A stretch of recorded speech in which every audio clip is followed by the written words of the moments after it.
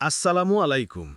চাকরি প্রত্যাশী বন্ধুরা, সম্প্রতি স্থানীয় সরকার বিভাগ এলজিডি সার্কুলার ২০২৫ প্রকাশিত হয়েছে। আগ্রহী প্রার্থীরা অনলাইনে আবেদন করতে পারবেন। আজকে আবেদনটি সম্পর্কে বিস্তারিত জানব। কত যোগ্যতা লাগবে সবকিছু জানব এই ভিডিওতে। চলুন শুরু করা যাক। সুপ্রিয় চাকরি প্রত্যাশী, আপনাদের অবগতির জন্য জানানো যাচ্ছে যে ১৭ নভেম্বর ২০২৫ তারিখে স্থানীয় সরকার বিভাগ এলজিডি সার্কুলার ২০২৫ প্রকাশিত হয়েছে। সার্কুলারের তথ্যমতে নম থেকে ১৩তম গ্রেডের ১২টি ক্যাটেগরিতে সর্বমোট ৮৯৭ জন প্রার্থীকে নিয়োগ প্রদান করা হবে। প্রার্থীদের বয়সসীমা ১ নভেম্বর ২০২৫ তারিখে সর্বনিম্ন ১৮ থেকে ৩২ বছর হতে হবে। তবে পৌর নির্বাহী কর্মকর্তা ক শ্রেণী পদের ক্ষেত্রে বয়সসীমা সর্বোচ্চ ৩৫ বছর ধরা হয়েছে। বয়স প্রমাণের ক্ষেত্রে এফিডেভিট গ্রহণযোগ্য নয়। এসএসসি সনদের ভিত্তিতে বয়স নির্ধারণ করা হবে। বয়স প্রমাণের ক্ষেত্রে এফিডেভিট গ্রহণযোগ্য হবে না। স্থানীয় সরকার বিভাগ এলজিডি সার্কুলার ২০২৫-এর তথ্যমতে আবেদনের ক্ষেত্রে পৌর নির্বাহী কর্মকর্তা ক শ্রেণী পদে ৫ বছরের অভিজ্ঞতা থাকতে হবে এবং হিসাবরক্ষণ কর্মকর্তা পদে ২ বছরের বাস্তব অভিজ্ঞতা সম্পন্ন প্রার্থীকে অগ্রাধিকার দেওয়া হবে। সকল সরকারি বেসরকারি চাকরির খবর পেতে আমাদের নিয়োগ বিজ্ঞপ্তি পরিবারের সাথে যুক্ত থাকুন। আবেদন ফর্ম পূরণ এবং পরীক্ষায় অংশগ্রহণের ক্ষেত্রে নিম্ন বর্ণিত শর্তাবলী অবশ্যই অনুসরণ করতে হবে। ১-১-১-২০২৫ তারিখে প্রার্থীর বয়স পূর্ববর্তী ছকের ৩ নং কলামে বর্ণিত বয়সসীমার মধ্যে হতে হবে। এসএসসি সনদের ভিত্তিতে বয়স নির্ধারণ করা হবে। বয়স প্রমাণের ক্ষেত্রে এফিডেভিট গ্রহণযোগ্য হবে না। ২. চাকুরির আবেদন ফর্মে প্রার্থীর অর্জিত সকল শিক্ষাগত যোগ্যতা উল্লেখ করতে হবে। অন্যথায় চাকুরির জন্য নির্বাচিত হলে আবেদনে উল্লিখিত সনদ ব্যতীত চাকুরির আবেদনের পূর্বে অর্জিত অন্যান্য শিক্ষাগত যোগ্যতার সনদপত্র অন্তর্ভুক্ত করার কোনো সুযোগ থাকবে না। ৩. সরকারি, আধা সরকারি ও স্বায়ত্তশাসিত প্রতিষ্ঠানে কর্মরত প্রার্থীদের অবশ্যই যথাযথ কর্তৃপক্ষের অনুমতিক্রমে আবেদন করতে হবে।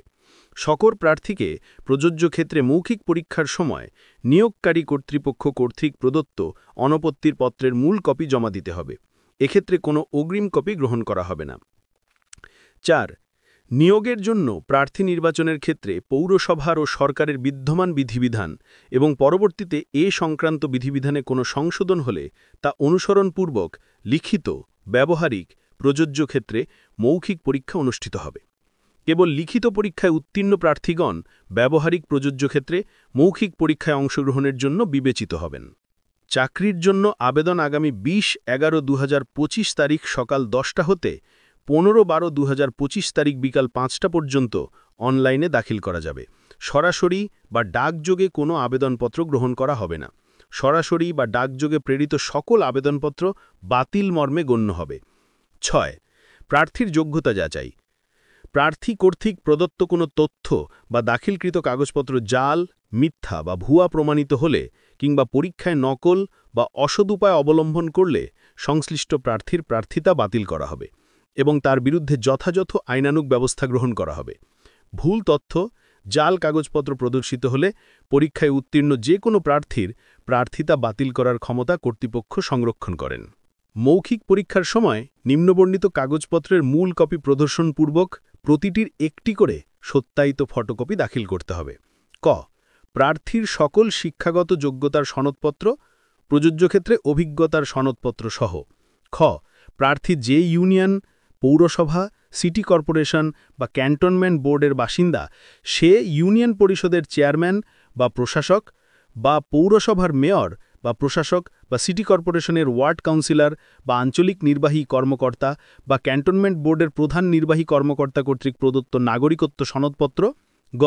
মহিলা কোটা ব্যতীত অন্যান্য সকল কোটা দাবির সমর্থনে প্রার্থীকে সর্বশেষ নীতিমালা অনুযায়ী যথাযথ কর্তৃপক্ষ কর্তৃক প্রদত্ত সনদ বা প্রমাণপত্রে সত্যায়িত ছায়ালিপি। ঘ.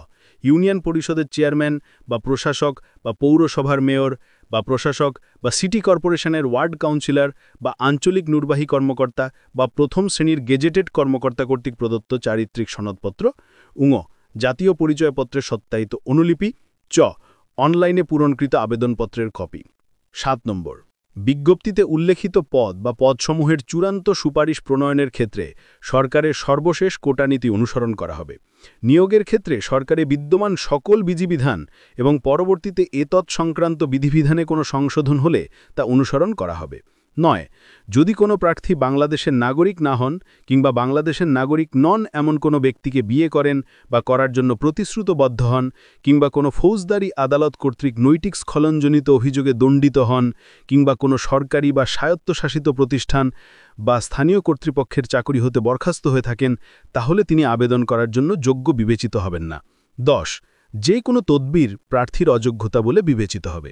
11 লিখিত ব্যবহারিক বা মৌখিক পরীক্ষায় অংশগ্রহণের জন্য কোনো প্রকার ভাতা টিএডিএ প্রদান করা হবে না। 12 আবেদনপত্র গ্রহণ বা বাতিল করার ক্ষেত্রে কর্তৃপক্ষের সিদ্ধান্তই চূড়ান্ত বলে গণ্য হবে।